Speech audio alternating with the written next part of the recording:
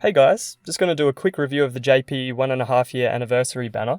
And I'm actually outside for this review, so there might be a few nature sounds in the background. But this banner is really good, it's an absolute banger. All three characters are excellent.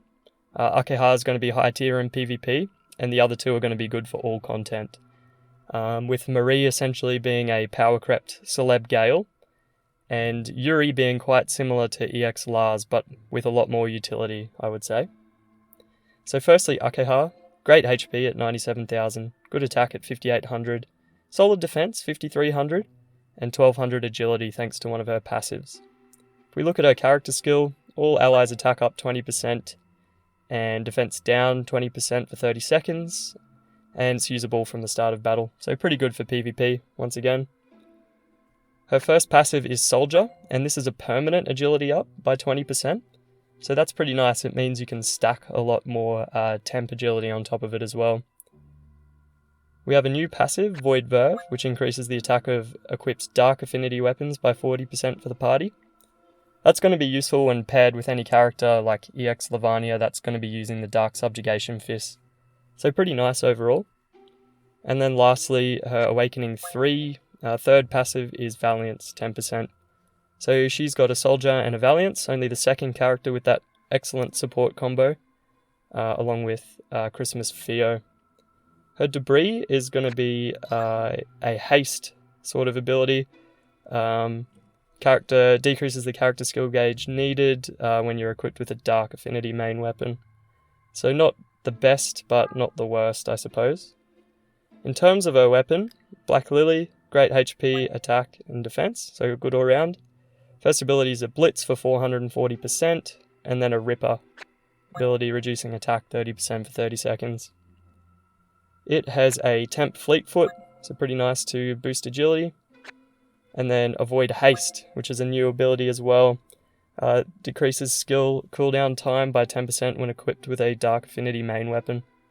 So these will be interesting, they add more haste weapons into the mix along with the what are they called? The Dark Memory weapons. So that's actually going to be quite interesting. I'm looking forward to seeing how this weapon's going to be used. Second, we have probably the best character in the banner.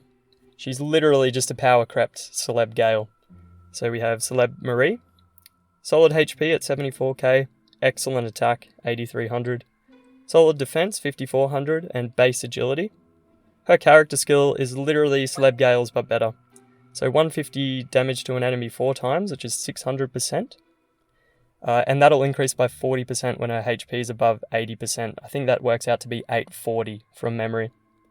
She'll also reduce enemy defense by 45% for 30 seconds. So that's only 5% less than Celeb Gale, with her character skill doing over double the potential damage that Celeb Gale's does. So ridiculous. Her first passive is Bold Vigor, exactly the same as Celeb Gale's, 40% when HP is above 70. Second passive is Liquid Drive, which will increase the attack of water element weapons by 100%. That seems pretty good, especially when she's equipped with her weapon as either a sub-weapon or a main. And then Vigor as her last ability. So she has a slightly lower Vigor than Celeb Gale, an equal Bold Vigor, a better third passive in this new Liquid Drive ability, and a way better character skill. Like, this is straight up a power crept Celeb Gale, and she's going to be great for PvP, PvE, and subjugation, so she's essentially a must pull, in my opinion. And her Debris is excellent, water damage up 30% for 45 seconds. In terms of her weapon, it's a damage dealing powerhouse. Pretty low HP, 2600 attack. Great first weapon skill. So it's going to be 90% damage 5 times, which is 450%. And that'll be increased by 40% when her HP is over 80. So I can't really do the maths right now, but that's over 600 for sure. And then the second ability is great too, because it's a render, 30% for 30 seconds. So really nice weapon. Bold Vigor passive, it's not dynamic, so you're not getting the highest multiplier, but 20% is still decent. And then Liquid Haste, these new abilities, which are going to be interesting to see how they affect PvP. It's a great weapon as well. Lastly, we have Celeb Yurie, 77k HP, Massive attack, 8800. Defense, 4700, which is quite low for a fully awakened character. And base agility. Her skill is essentially a better EX Lars skill. So she's doing 200% damage to an enemy 5 times, so that's already 1000. But she'll get a 100% damage bonus, so doubling her damage, if attack is affected by a status buff. Now, we're not too sure what this means yet. If that means her damage will double if her attack is buffed, or if it means we need to poison the enemy, or she needs to be poisoned. So if we find out, please someone leave that in the comments below. But essentially her character skill is 1000 at baseline with the potential to be 2000 once you meet that criteria. It's 10% more than EX Lars. But her ability is better because it's a 5 hit. So if we're hitting damage cap, you're getting 5 damage capped hits in, whereas EX Lars only gets 3. So I'd say she's better at this stage than EX Lars. And she has a higher base attack too. First passive is Vigor, 25%. And then she has Blaze Drive, so similar to Celeb Marie's, but for fire. And then Fatal will be her third ability of 15%, which is handy but not excellent. Her Debris will be another haste one, similar to Akeha's. Except hers is going to be skill cooldown time reduced by 5% when equipped with a fire affinity main weapon. I think that was less than Akeha. So Debris is an essential. Marie's Debris is the one to go for if you're going to wail and go all the way. In terms of her weapon, it's a nice fire gun, 2700 attack, pretty good. Massive HP like all guns. We have a blitz ability for 500, that's really good. With a small cooldown, really, for a blitz of 20 seconds. And then an attack buff, 30% for 30 seconds, so pretty nice weapon. Fatal as a secondary, that's always solid. And then again, Blaze Haste. Should be pretty good for PvP, I'd imagine, and PvE content as well. Not the best sub-weapon for PvE, but could be a good damage-dealing weapon outside of the EX weapons. And this has a barrier skill, which is going to apply to the new game mode. I've forgotten the name of it, sorry.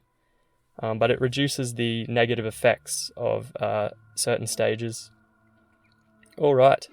I might quickly cover Celebratory Priyet as well while I'm here. And spoiler alert, you'll see some of the pulls I managed to get.